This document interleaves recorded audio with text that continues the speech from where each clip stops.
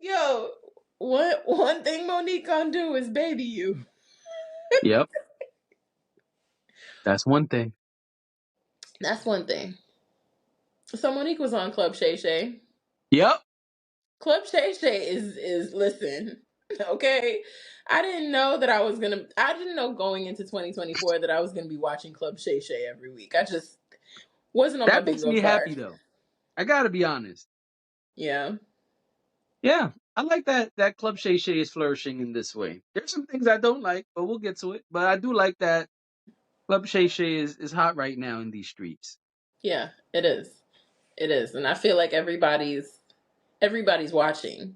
Maybe not as many people that watched Cat Williams, but just in general, I'm seeing people I follow, people I never heard talk about Club Shay Shay before are like, oh yeah, this Monique interview and this people are it's definitely more on people's radars than it probably was at the end of 2023.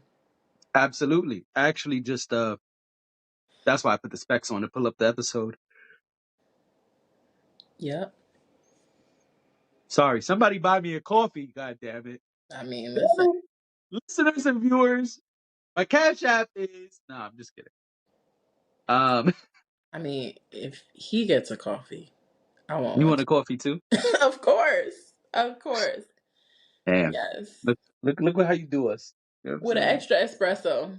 Wow. Wow. Look at that. All right. No, I put on the specs to look up the episode. Yeah. Um, it came out a day ago. Mm. It's about to hit 48 hours actually, and it's at 5.1 million views. That's a lot of views. It's doing spectacular. Yeah, it is. So So, I he's mean, mind you, definitely Usher was 8 days ago. That's only at 2.6. really. Yeah, Hmm. yeah. Hmm. Tomorrow. Cat Williams is now at 57 million. All right, I'm done. That's it. Okay. Okay. Sorry. Anyway, so I was gonna say something about Usher, but we could talk about it off pod. So Monique does this interview. It's almost like Cat Williams part two, yes. but not funny. You didn't think it was funny? No. I Okay. think I Cat think Williams brought his bravado, his charm, his goofiness, and used all his performance powers. Get it, get it, get it. You about to yawn. I stopped it. Stop! I did. I can't believe you caught it too. I was trying to hide I it. saw you use like, And I don't think you're supposed to do that. Don't think that's probably good for not. you. I do that too sometimes. I'll be like, Especially like I'm on the train, I'm holding onto the pole and I got a bag, I'm like, yeah, exactly. anyway, Scary I times. think absolutely New York vibes. I think Cat Williams brought all of his powers, all of his um tools, and knew what he was gonna do, one. And Mhm. two, knew the best way for people to receive it. There it is. They go to yawn. Now Yeah. hold that one in. Oh my gosh. Where they can send our coffee. I mean, Cash App is no, I'm just playing. Right. Um, um, I think he bought all of that and knew he had a plan and knew he wanted to deliver a certain message and knew this is probably the best way for it to be received. If I use my charm, Yeah. my jokes, my wittiness, and Mm. use all of that, it'll be better received and more entertaining. I think he understood the entertainment aspect Yeah. better than Monique did. Although Monique came with lots of information and receipts, we did not necessarily get the same level of entertainment, which is why I don't think this will have the same level of virality because part of going viral is that that gas, that entertainment aspect, right? Where it's like, yo, Yeah. y'all see this? I gotta send this to all my friends. This is crazy. And I don't think we got the "this is crazy" part so much from Monique is in comparison to Cat Williams. Not, and I'm not saying that she did a bad job. I'm just saying I think this was a very different delivery than Mm-hmm. Cat. Was. Well, she said that she's two different people when it comes to like real life or even what she was doing sitting in an interview versus her being on stage. She was like, that's a completely different. She said Yeah. it's me, but it's not the same. So Yes, she she did say made that. that very clear pretty early on that if you were expecting a performance from her, that's not what she came to do. However, I do believe that she attempted to perform.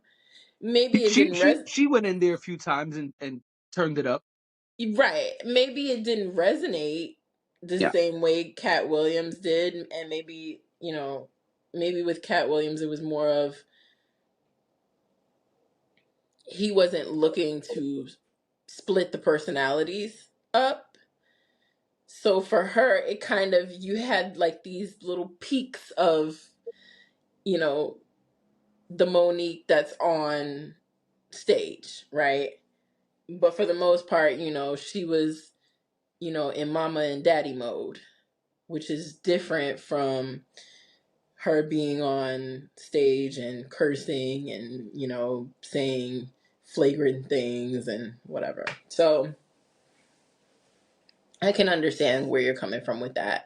But I do think she tried. I think once she got comfortable, which she said it and everybody says it, that Club Shay Shay seat, they sit down and they have a couple sips of that cognac and they're like, all right, well, let's get into it then.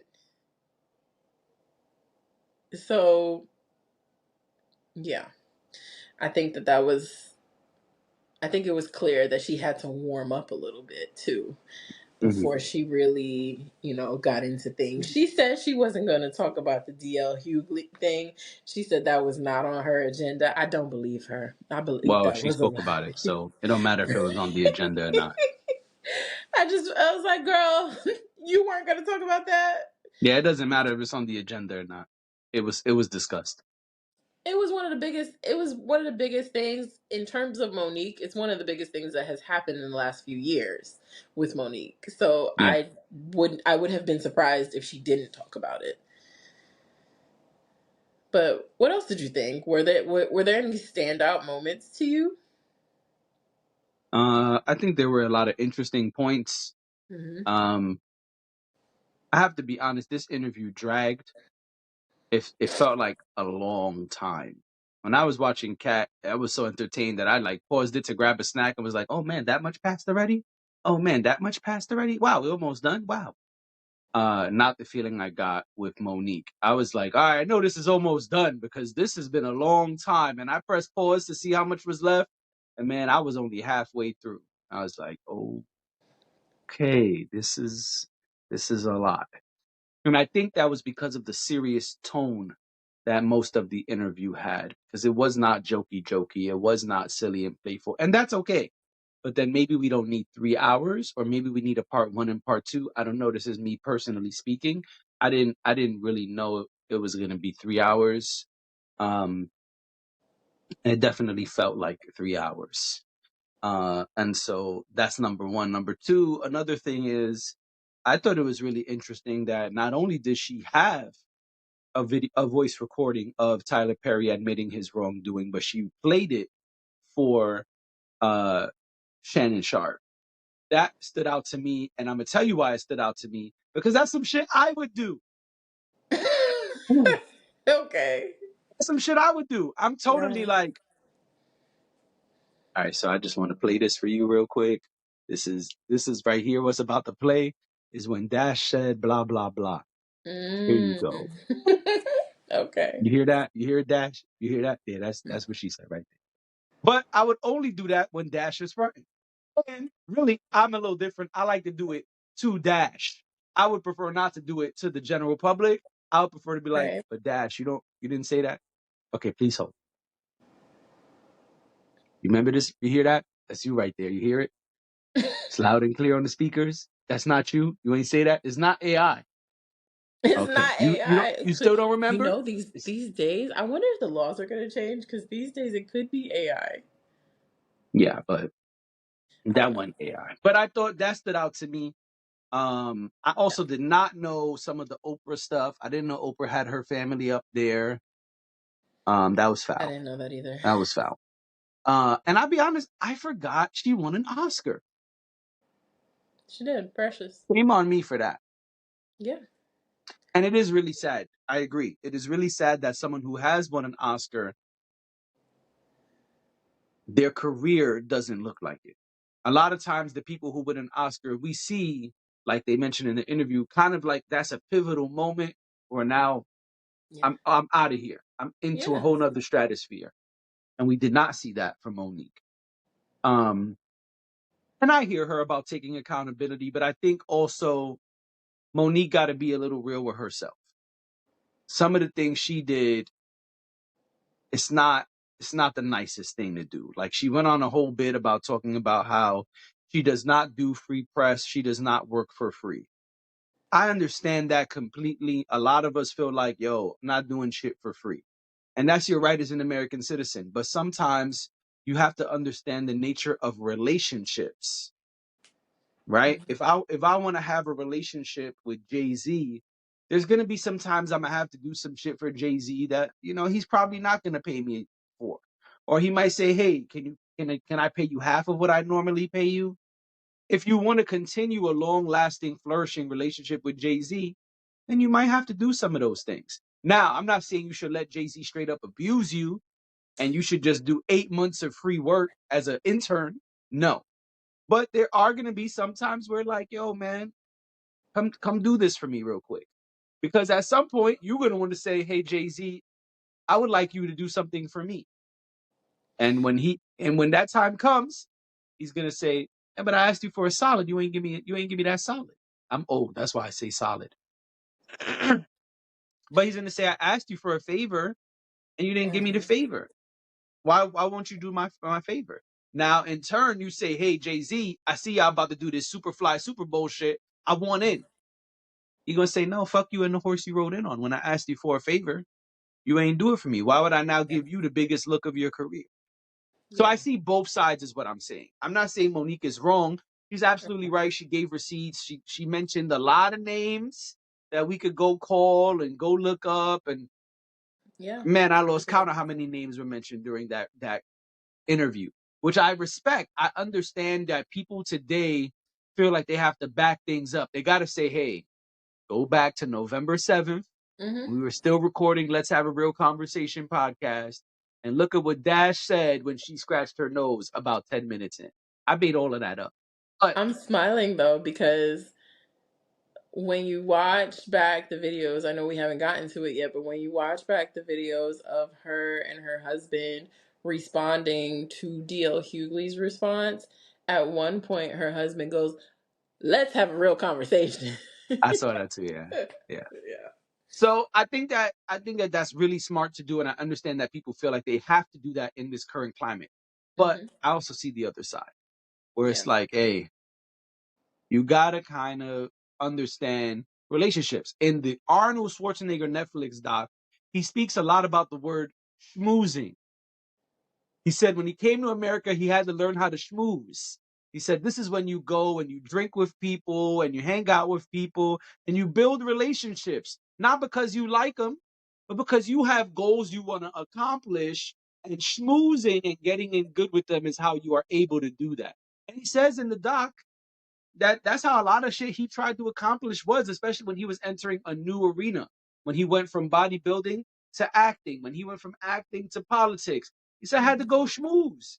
I had to Yeah. go schmooze. Now that's a really old way of saying I had to go network. I had to go politic, right? And whatever term you want to use, it has a value to it. Hmm. Now I'm not saying you got to kiss ass to get ahead, but Sometimes you do. sometimes. Right. Oh, that's true. That's not what I was going to say, but that's true. But sometimes you have to understand the balance of things. Sometimes there's a little bit of give or a little bit of get. Okay. And now I'm not saying that she's wrong. I'm saying, again, I just want to reiterate because I know how the comments work and YouTube works, but I'm saying that I understand both sides of certain things. Now, you having my family up there when you only ask me about my brother Oh yeah, I didn't like is a that. I whole didn't like that different at ball game. all. I didn't like Whole that at different ball all. game. But some of the things that she mentioned, I think, do fall into what I'm saying. Where yeah, I see that you saying I don't want to do this press for free. Y'all keep asking me, fuck you. I'm not doing it for free. But I also see the other side where it's like, yo, we trying to get the Oscar for you. You probably gonna win this Oscar. Well, then come do this press for free for a few days. And it's And that's her choice. She had a choice. She made a choice. But then my problem, and then I'm gonna shut up so you could go. My issue is if you made the choice to not do the press, then you got to be ready for whatever comes after. It's a game. It's a and game. The whole thing in Hollywood is a game. Any major industry, there's a game to it. And if you don't play the game well, they're gonna stifle you. and I don't. If I'm not mistaken, I think that's pretty standard. That when you're in a movie, you don't get paid for press. It's part of, and maybe I'm wrong, and No, please. she spoke about it. She said because Shannon Sharp asked her, "What were you contractually obligated for?" And she said, "I was contractually obligated to do the film in a United States press run." And I did that. But then they kept asking me to do an international press run. And Okay. I told them I got no problem doing it. Well, first she said she didn't want to do it. But then they kept asking and asking and asking. And then her husband who's her manager asked them, is there some kind of dollar amount attached to this?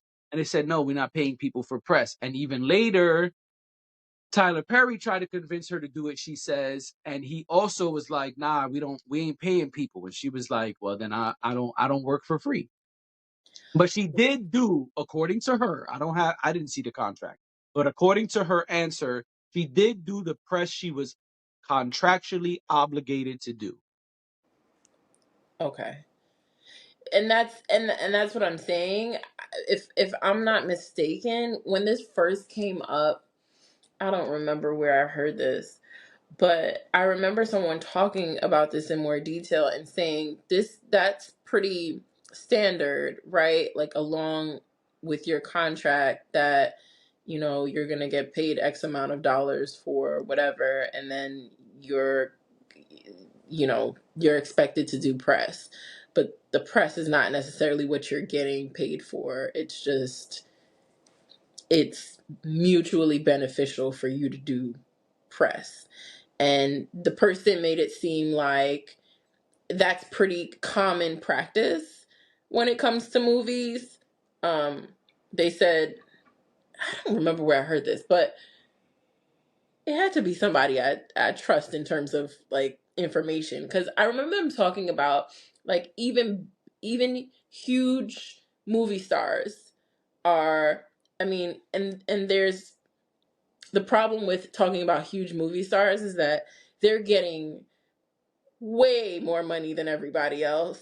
So doing some press Yeah. is not a big deal to them Right. because they're getting paid 10 times over, and it balances itself out.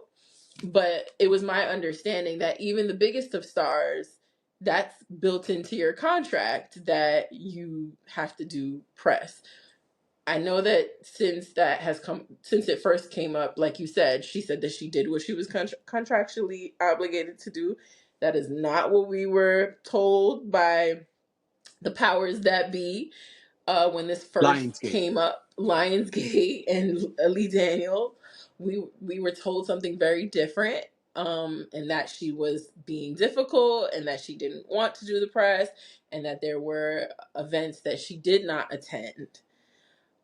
And I again, it's her word against theirs. I mean, I'm sure there's receipts, but we don't have them. Well, Lee So Daniels publicly apologized, so he there's that public too. right. You're right. He did publicly apologize. So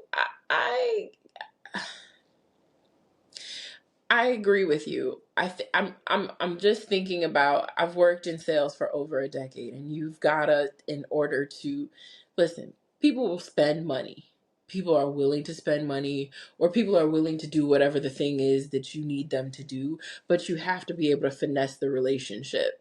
If you don't finesse that relationship, it does not work. So even with her challenges that she's had with working with people, where people have said that she's difficult to work with, sometimes your inflexibility is what people deem as difficult to work with.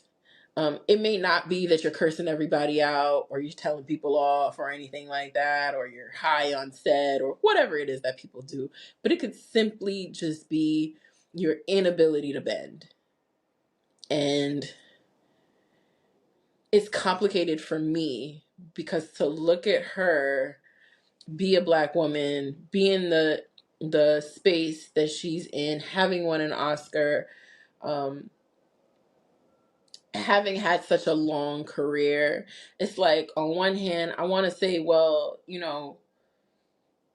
get what you deserve, right?